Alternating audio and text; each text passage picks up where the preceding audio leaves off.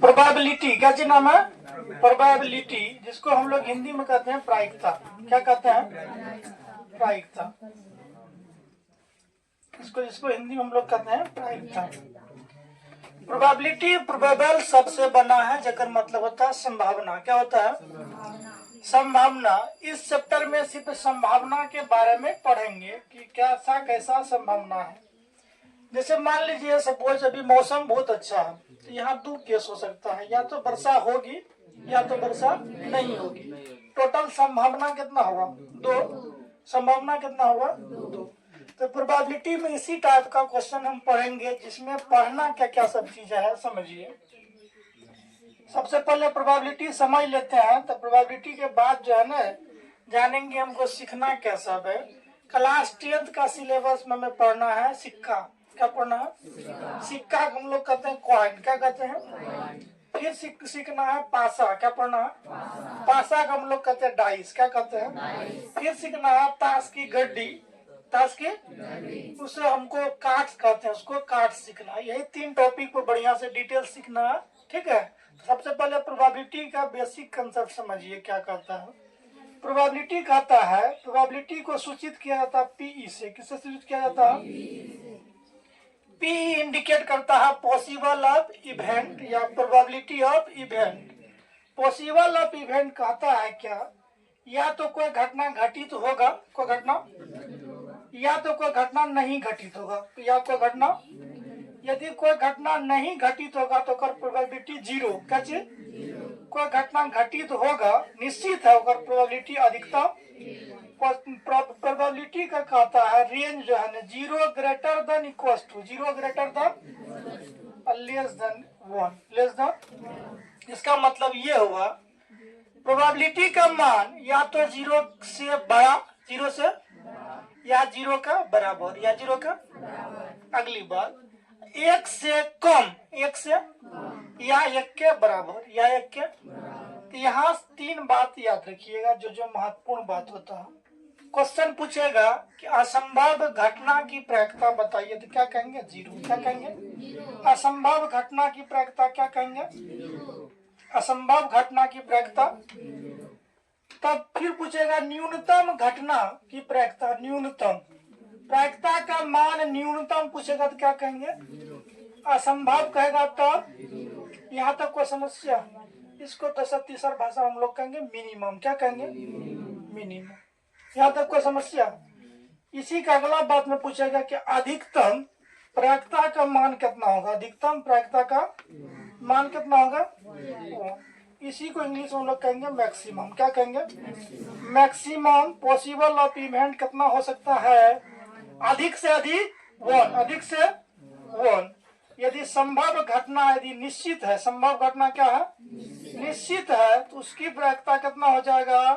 कहेगा निश्चित घटना की प्रायिकता, अनिश्चित घटना की प्रायिकता, अनिश्चित घटना की प्रायिकता, असंभव घटना की प्रायिकता, असंभव घटना की प्रायिकता। यहाँ तक कोई समस्या है तो बोलो। यहाँ लिख रहे हैं संभव अधिकतम घटना की प्रायिकता। संभव अधिकतम घटना की प्रायिकता क्या कहेंगे? क्या कहेंगे? अगली बात में कहेंगे अनिश्चित घटना की प्रायिकता। क्या कहेंगे? अनिश्चित घटना की, अनिश्चित घटना की प्रायिकता 0। क्या कहेंगे? इसी में कहेंगे अगली चीजें में निश्चित घटना की अधिकतम प्रायिकता, निश्चित घटना की प्रायिकता 1। क्या कहेंगे? क्या कहेंगे? प्रायिकता का रेंज हमें किसके किसके बीच में घूमेगा? 0 से लेकर, इससे ज्यादा हो नहीं सकता, इससे ज्यादा, इससे ज्यादा नहीं हो सकता, इससे ज्यादा 0 से लेके 1 के बीच में ही रहेंगे, इससे ज्यादा नहीं हो सकता। प्रायिकता परसेंटेज कंसेप्ट में जाइए, एक कंसेप्ट और पूछता है परसेंटेज से। तो प्रायिकता का मान परसेंटेज में पूछता है कि किसके किसके बीच में वेरी करेगा। परसेंटेज में 0% से लेके क्या परसेंट से, यहाँ कहिए 0%, क्या परसेंट, लेके 100% के बीच में रहेगा। कितना परसेंट के बीच में रहेगा?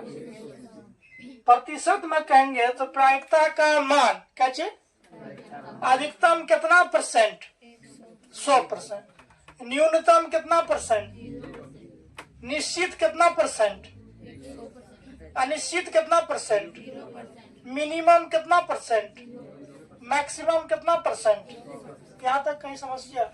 परसेंटेज के हिसाब से हमें 100% से अधिक जाने की आवश्यकता नहीं है, और नंबर में जाएंगे संख्या में तो 1 से ज्यादा जाने की आवश्यकता नहीं है। तो यहाँ से क्या सीखे, 0 से लेके 1 के बीच में प्रायिकता का रेंज घूमेगा, एक बात, या 0% से लेके 1% के 100% के बीच में प्रायिकता का मान घूमेगा। परसेंटेज देखिए, यही चीज को बन के कैसे आता है, 100% लिखल है, यही परसेंटेज 100 है। समझिए, 100% भगाना है, 100 से भाग देना है, 0 0 कैंसिल आउट हो जाएगा, तो यही एक क्या बचा। समझे? अब समझिए, समझने लायक जो बात है कहेंगे, समझिए, कोई मैच खेल रहे हैं, ठीक है, उस मैच में मेरा चांस है कि 70% जीतने का, क्या परसेंट, तो हारने का कितना परसेंट चांस है, 30%। कैसे समझे, एक बार जीतने वाला केस, एक बार हारने वाला केस, एक बार जीतने वाला केस, यहाँ से एक रिजल्ट हो जाएगा। रिजल्ट क्या बन जाएगा, एक रिजल्ट बनता है पॉसिबल ऑफ इवेंट, क्या चीज, इसी को दूसरा में और कहेंगे पॉसिबल ऑफ नए इवेंट, क्या कहेंगे, दोनों का योग कितना आता है, घटित घटना प्लस नहीं घटित घटना बराबर कितना। यदि हम बोले कि जीतने की संभावना 70%, तो हारने का संभावना 70 प्लस 30 100% हुआ। संख्या में भी परसेंटेज में फिर सीख लीजिए, यही बात को हम ऐसे कहेंगे दिक्कत हो जाएगा। Possible of event, possible of नहीं इवेंट बराबर परसेंटेज में 100% में दिक्कत। अब यही बात बोले थे या नहीं। यदि मान लीजिए कोई गेम जीतने की संभावना 40% है, तो हारने की संभावना कितना, यही में बोल दिए कि हारने की संभावना 70%, तो जीतने की संभावना कितना, संभव। समझ गए, संभव घटना टोटल कितना हो सकता है, अधिकतम, परसेंटेज में 100, संख्या में 1। अब संख्या वाला पे हम चर्चा करते हैं, आ जाइए इस पे, संख्या वाला पे चर्चा करते हैं।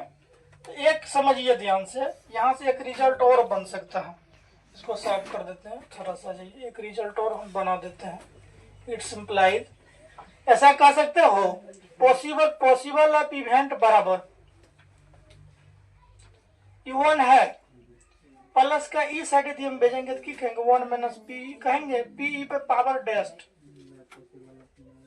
पॉसिबल ऑफ इवेंट बराबर 1 माइनस पॉसिबल ऑफ नहीं इवेंट। ये बात है, घटित घटना और इसका मतलब है नहीं घटित घटना। तो यही बात में समझिए, एक मैच है, उसमें मेरा चांस है कि हम 1/4 भाग जीत जाएंगे। कितना जीत जाएंगे, तो जीतने की संभावना कितना है, 1/4।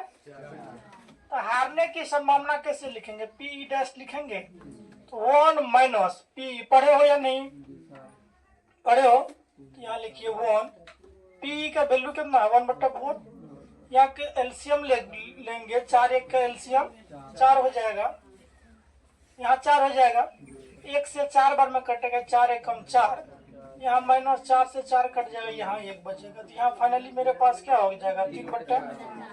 यहाँ से क्या सीखी, यदि 1 से वैल्यू कम चाहिए, 1 से, तो नीचा वाला बट्टे ज्यादा होना चाहिए, नीचा वाला बट्टे, ये अंश है, ये हर है, हर हमेशा बड़ा होगा किससे, अंश से।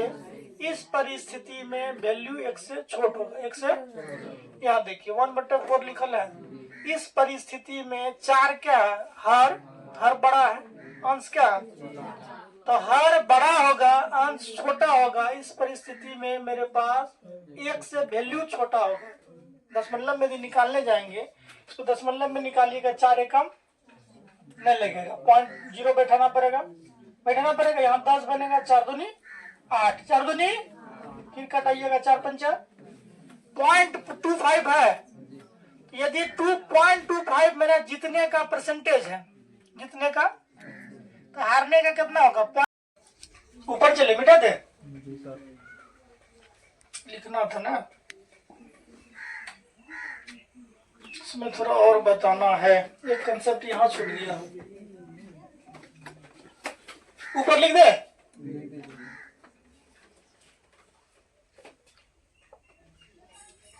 चलिए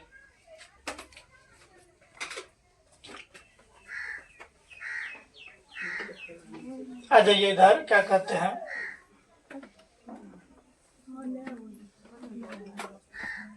फिर दूसरा आप देखिए, कह दिए, समझिए। दूसरी बात में कह रहे हैं, पॉसिबल ऑफ इवेंट हम आपको दे दिए है 7/8। कितना दे दिया? तो पॉसिबल ऑफ नहीं इवेंट जब निकालने जाएंगे तो हम क्या कहेंगे?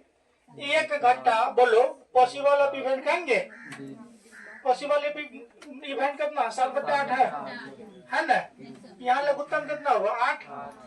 यहाँ से 8 बार में कटेगा तो यहाँ 8 कट जाएगा, 7।